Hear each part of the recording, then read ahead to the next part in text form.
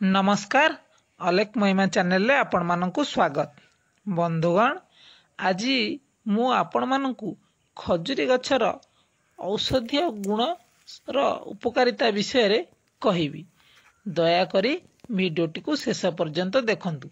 Channel को प्रथम थर पय आसीतिले चैनल को सब्सक्राइब करंतु, कारण एही परि समस्त वृक्षर औषध गुण संबंध रे जानिबा पय आपण माने आम सह जोड़ी होई रहंतु।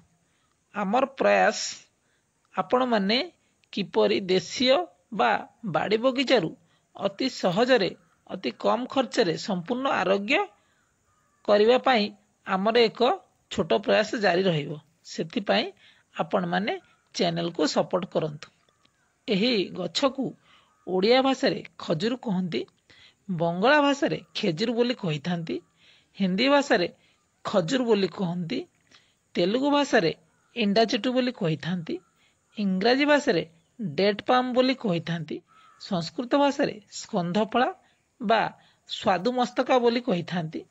खजुरी गछर कंचा फल रसर स्वाद कषाय ओ मलबद्ध कारक होइथाय, किंतु यह पाची गले रसर स्वाद अत्यंत मधुर एवं रुचिकर एवं गुरुपाक तृप्तिकर पुष्टिकर बलकारक और शुक्रवर्धक होइथाय।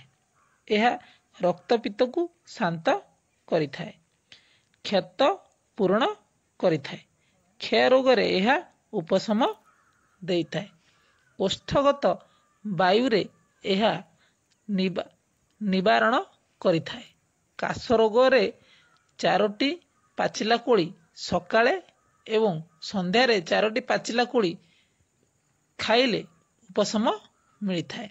सेही कोली 7टारू 8टी सकाळू खाली पेटरे खाइले बात पित्त कफ शांत होइथाय।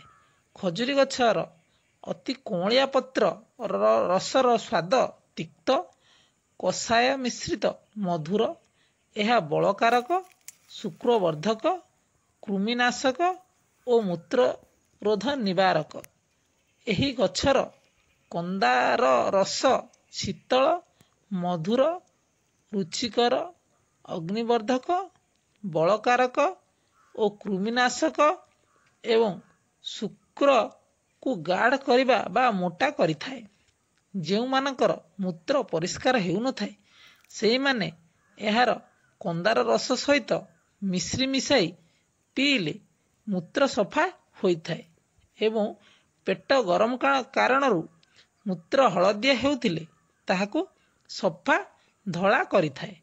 खजुरी कंदारे जेउ रस बाहारे सेही रस को सकाळू खाली पेटरे 1 ग्लास रे 20 ग्राम मिश्री गुंड मिसाई प्रतिदिन पिला माननकू पीबाकू देले सेमानकर स्वास्थ्य रे वृद्धि घटिथाय।